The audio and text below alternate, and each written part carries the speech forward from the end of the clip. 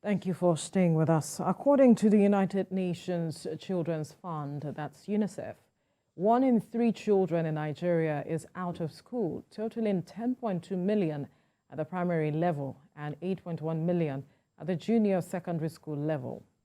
Disturbed by these figures, the Minister of State for Education, Yusuf Sununu, has described the situation, especially in northern Nigeria, as a time bomb that must be addressed.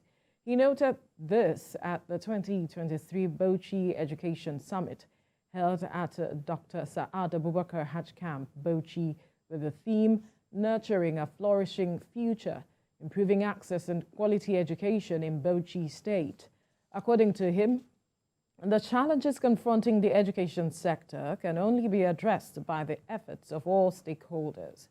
Well, joining us via Zoom from the United Kingdom is CEO, IA Foundation, a charity based in London, England, Ronke Adiagbo. Good morning. Thank you for joining us. Good morning, Veronica, and compliments of the season. Same to you. Now, let's look at this disturbing figures put together by the Minister for Education, the Minister of State for Education. He says this is a ticking time bomb. And this conversation we have had with you several times with regards to what needs to be done. But let's take a closer look at some of the figures. From Gombe State, we have 600,000 children out of school.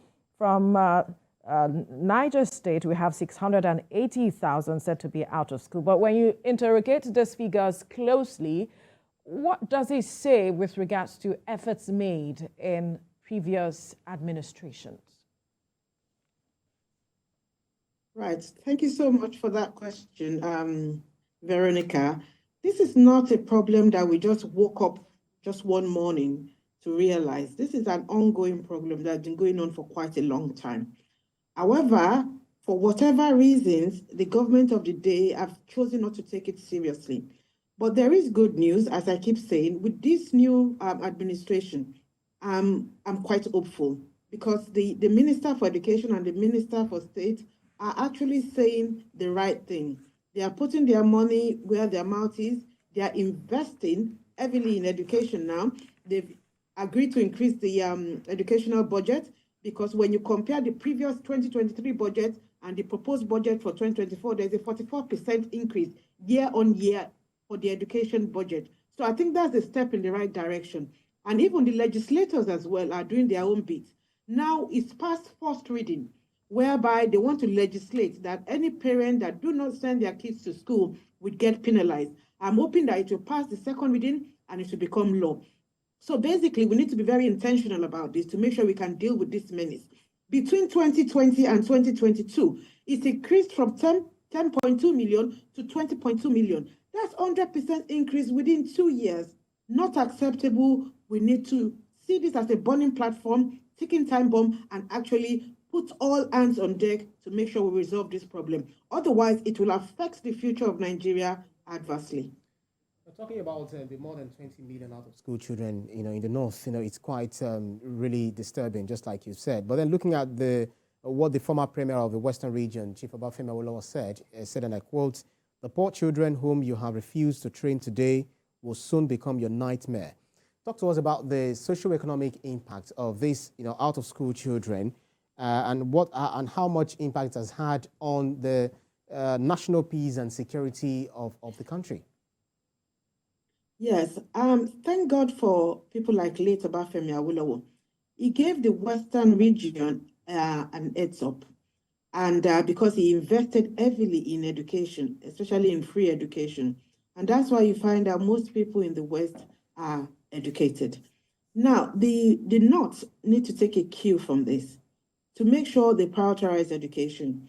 Now, we all know the impact of out-of-school children. And that is why my foundation has decided to zoom in on out-of-school children. So we go around the street, picking up children on the street and putting them in school. Because we know too well the implication of having these children roaming the streets, the implication on the future of the country. For starters, they will grow up with no skills at all. And you know the implication of not having skills. If they have no skills, they will have no means of livelihood. So therefore, they would have to resort to crime. We don't want that situation. Already we have huge security challenges in Nigeria. We wouldn't want that to continue perpetually into the future.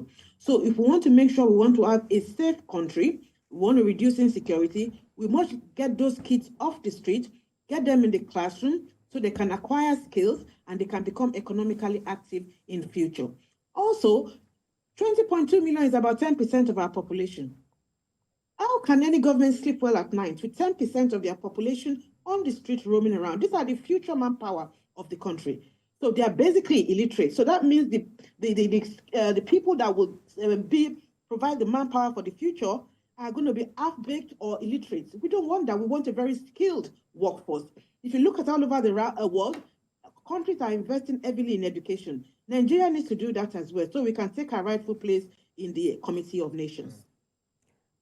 Earlier, you mentioned that there has to be some level of intentionality with how we intend to address this matter of out-of-school children. And I am hoping that this intentionality is getting to the root cause of the numbers we are seeing from the north. So recall that former President Goodluck Jonathan, built schools in the north to take some of these children off the streets, but those schools are still empty.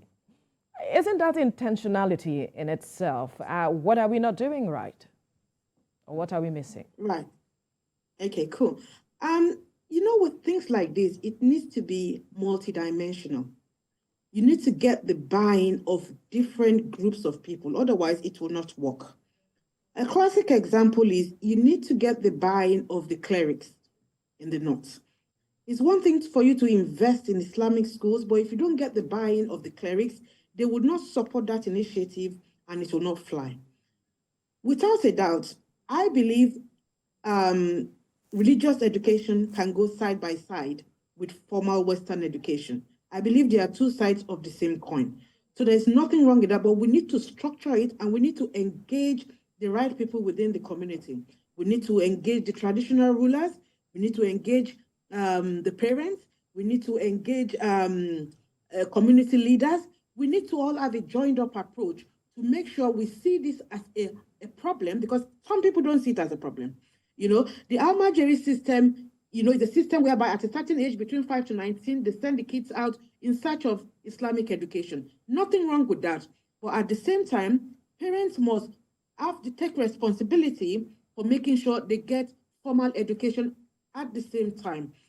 Now, it's not for want of trying. The previous administration as well did set up what we call the alternative schooling program, right? And the previous Minister of Education, Adamu, was the chair of that committee. But again, that initiative did not fly.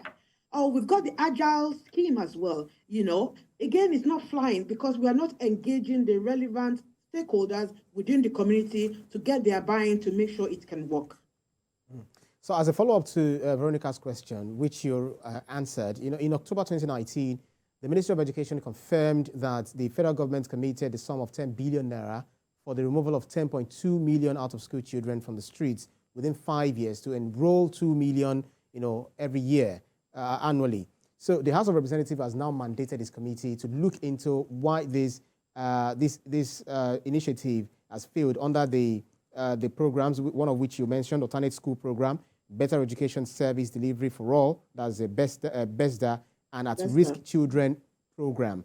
What would you advise the reps or the committee who are looking into how they have expended these funds allocated to moving children from the streets and to the four walls of the classroom? What advice would be to give? Where would you like them to look into? Okay, so we need to look at the root cause, and we need to start from the very beginning of this issue. When a parent gives birth to a child, I think there needs to be legislation to make sure that child is registered at birth. And any parent who does not register their child at birth, again, will get penalized, because we want to make sure we are capturing that child. That child is captured within the system. Because if you don't have a way of tracking that child in the system, the child could go off the radar and might not go to school, therefore nobody is missing anything.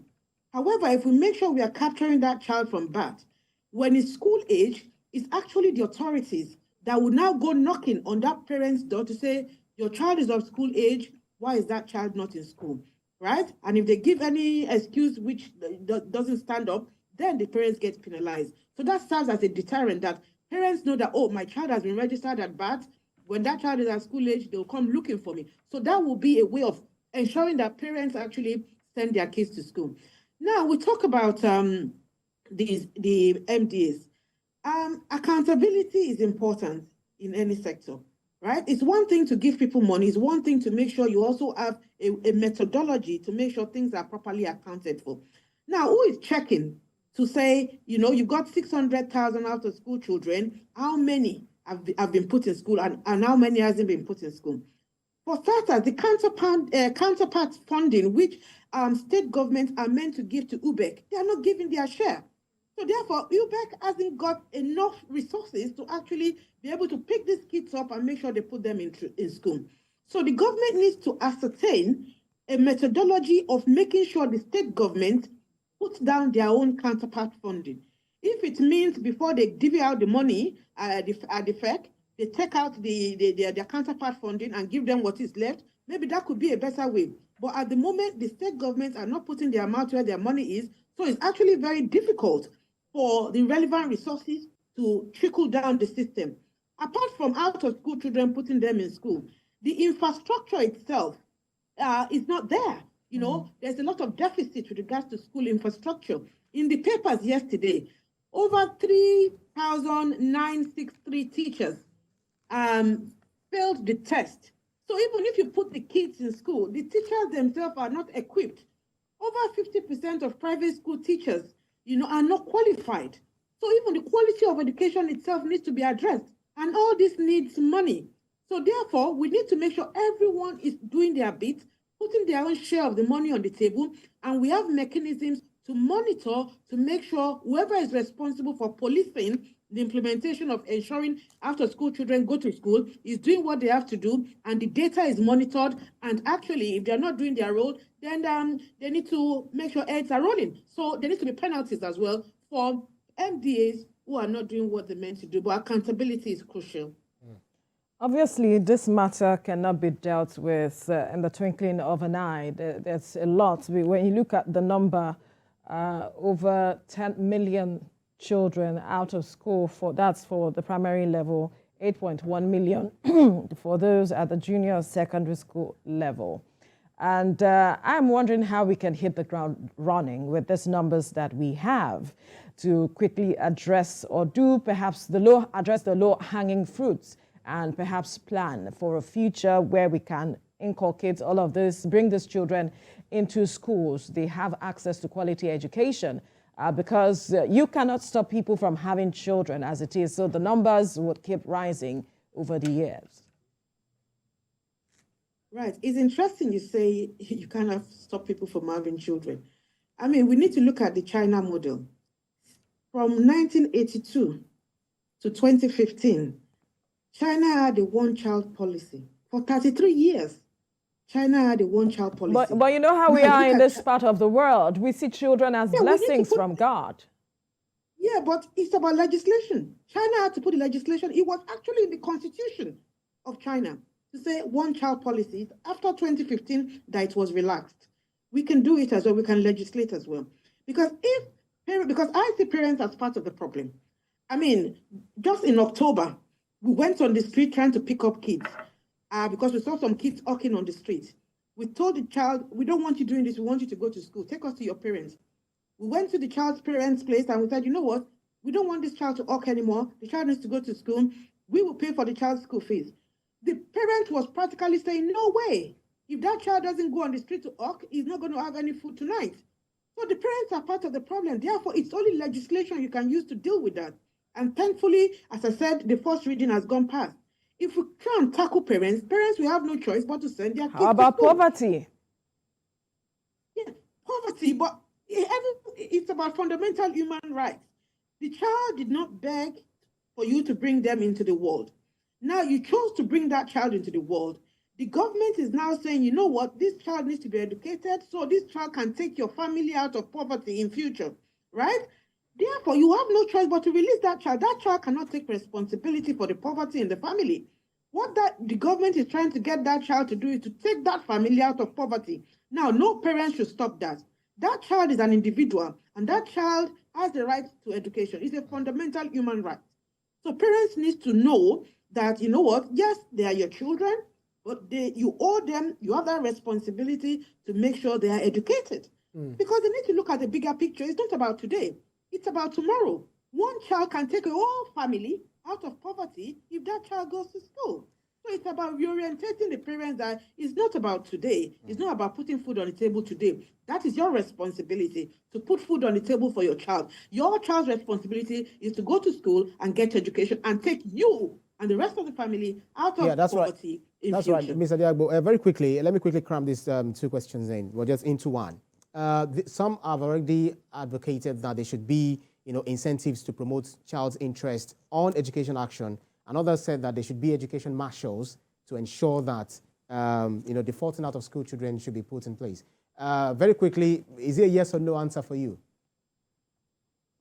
It's absolutely a yes, because we do that as well in our foundation. We've got volunteers going on the street, picking these children up during school hours when we see children on the street. So it's a yes. If we can have police officers for cars, our time is up. As well. Yeah, we'll have to leave this conversation here now. Ronke Adeagbo, a CEO, IA Foundation, a charity based in London. Thank you for your time on the program.